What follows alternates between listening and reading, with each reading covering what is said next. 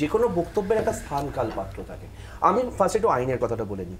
Representation of people act, আমরা যেটাকে জনপ্রতিনিধিত্ব আইন 1951 বলি, 123 ব্র্যাকেটের 3 নম্বর ধারা অনুযায়ী এটা বলা হয়, কোনো ধর্মের অজুহাতে কোনো ভোট কাউকে চাওয়া বা ভোট দানে বিরত করা যায় না। Let's not confuse about it. আজকে অভিষেক ব্যানার্জির বক্তব্য এবং মমতা বন্দ্যোপাধ্যায়ের বক্তব্যকে পাশাপাশি রাখো। এটা এখন পরিহাসে পরিণত হয়েছে। অভিষেক ব্যানার্জির বক্তব্যটাকে আই রাদার মানে will consider as a politically correct. একবারও ভোট দেওয়ার দাবি উনি করেননি। On the contrary Mamata Bandyopadhyay করেছেন। পার্থক্যটা কেন বোঝালাম?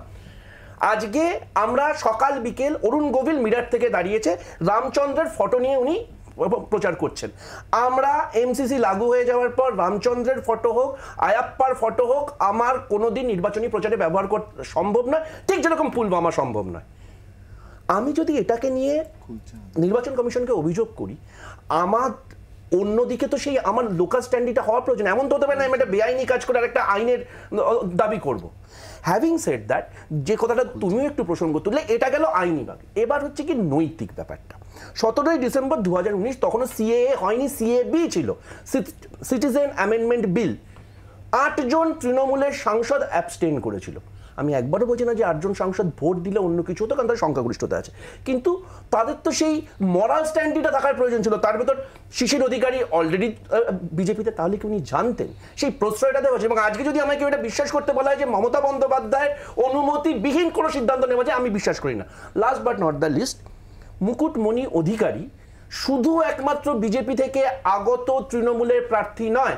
তোমাদের আর্কাইভে একাধিকবার আছে উনি নিজে বিধানসভায় ভোটে দাঁড়াকালীন সিএএ নিয়ে কি বলেছেন। হয় সেটা মিথ্যে কথা বলেছেন, নয়তো আজকে মিথ্যে কথা বলছেন। কেন এটা বলছি? এটা একটা মৌলিক জিনিস। আমি সবসময় সিএএ এর বিরোধী, আমি সবসময় এনআরসির বিরোধী। কালকে আমি নির্দল হয়ে যেতে পারি, এটা তো হতে পারে না যে প্রসঙ্গটাকে আলাদা করে দিতে পারি। আর লাস্টে একটা কথা বলি, সেটা হচ্ছে যে উনি যে বক্তব্যগুলো দিলেন, সেই বক্তব্যগুলোর আমি ধরে মানে সারবত্তা আছে, কিন্তু বক্তব্যগুলো আইনত ভ্যালিড নয়। কেন্দ্রীয় আইন লাগু হলে যতক্ষণ না সেই আইনটা বন্ধ হচ্ছে, ঠিক যেরকম কৃষি বিল হয়েছে, সবকটা স্টেট মানতে বাধ্য। তার জন্য যেটা প্রয়োজন, আমাদেরকে সংখ্যাগরিষ্ঠতা নিয়ে আসতে হবে এবং আমাকে অ্যামেন্ড করতে হবে বিলটাকে। আনটিল অ্যান্ড আনলেস কোনো রাজ্য সরকারের ফেডারেল স্ট্রাকচার অনুযায়ী কেন্দ্রীয় আইনকে রিপেল করার অধিকার নেই। এটা নিয়ে হ্যাঁ আমরা সেটাকে রিপেল করব, আইনত করব। আমাকে সাংবিধানিক বেঞ্চের কাছে অ্যাপ্রোচ করতে হবে।